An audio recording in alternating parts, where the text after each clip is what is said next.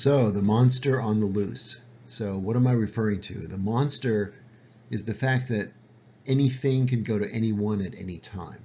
And now that requires discipline on what that thing will be. It requires discipline on what the time will be and who the people are.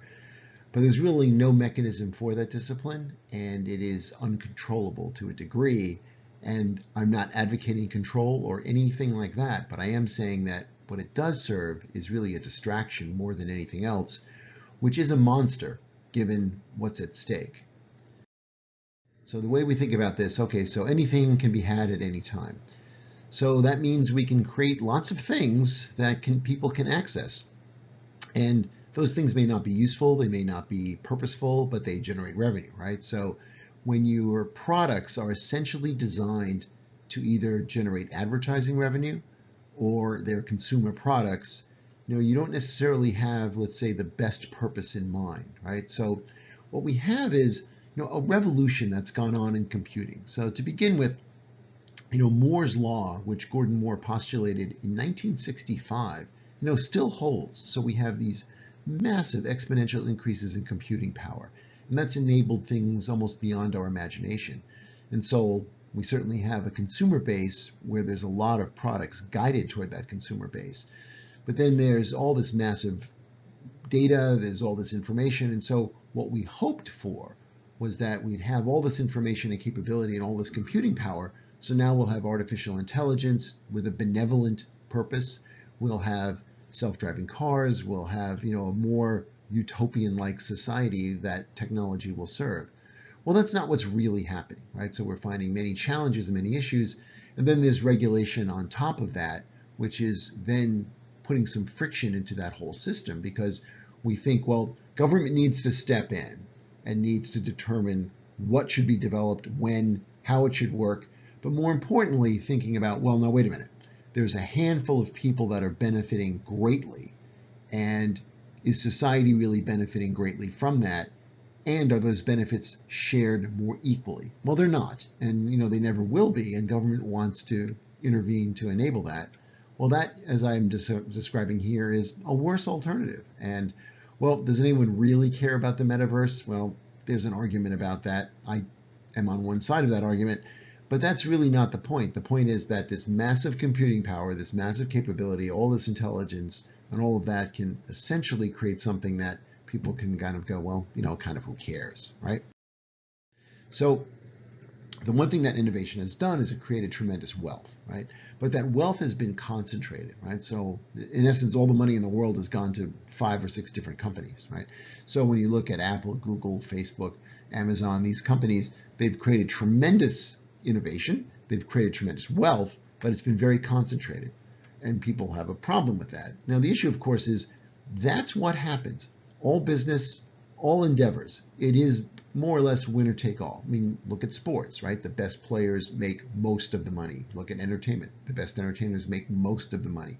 It's the way the world works. And applied to business, it is a winner take all. And so we don't want the rewards to be regulated, distributed. One of the things that their sort of legislation is talking about is, well, let's just make all these developments available to the public immediately. Let's think of these technology companies as utilities, and let's just share all of their information and their data, and let's make them accessible and highly regulated. Of course, this would be disastrous, right? Because it is a world where these companies collectively are investing more than $100 billion a year in research and development. Where is that capital going to come from? Where are those innovations going to come from? And yes, there's an upward spiral with an innovative company that gets capital, that innovates further, that gets more capital as a result of that innovation, and the spiral continues.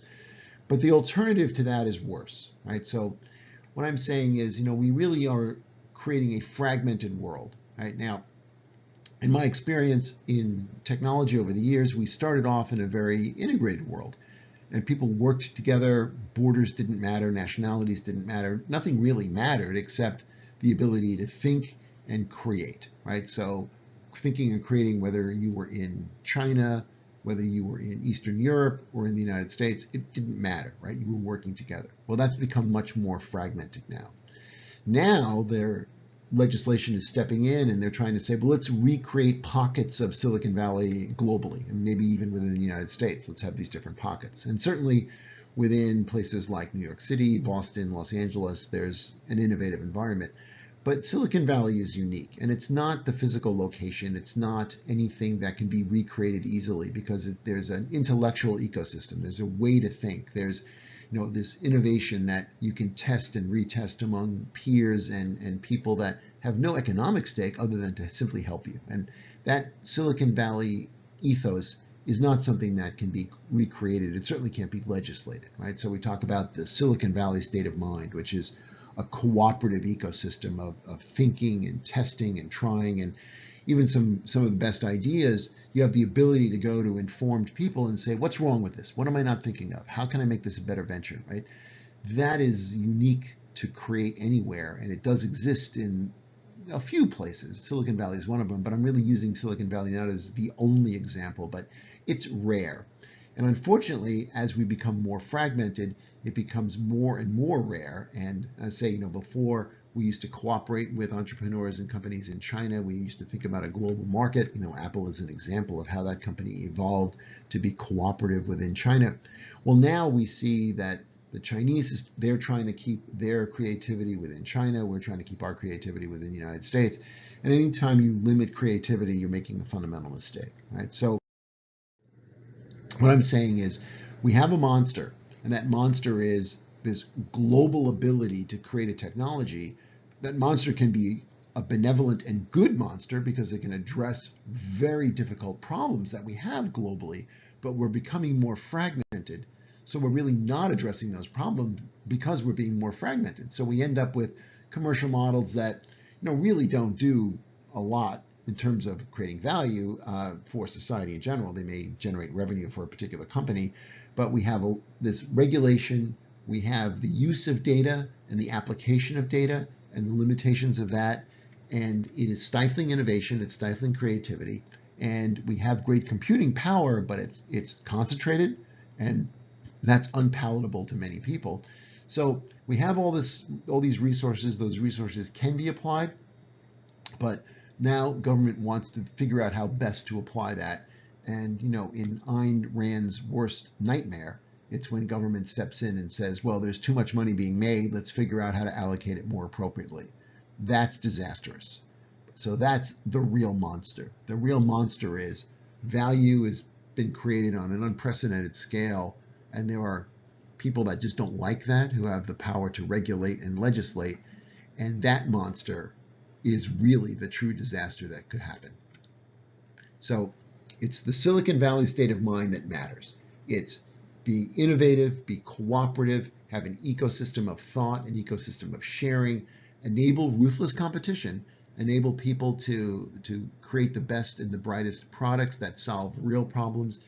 If a company solves a big problem, there are great rewards for that problem, for that solution rather, to that problem. And that's what we should be encouraging. And that's only encouraged, I say, in this sort of Silicon Valley state of mind, which is we're looking for the best and brightest solutions. We don't care about anything other than doing our best job in a highly competitive environment. But that environment is also cooperative and thoughtful.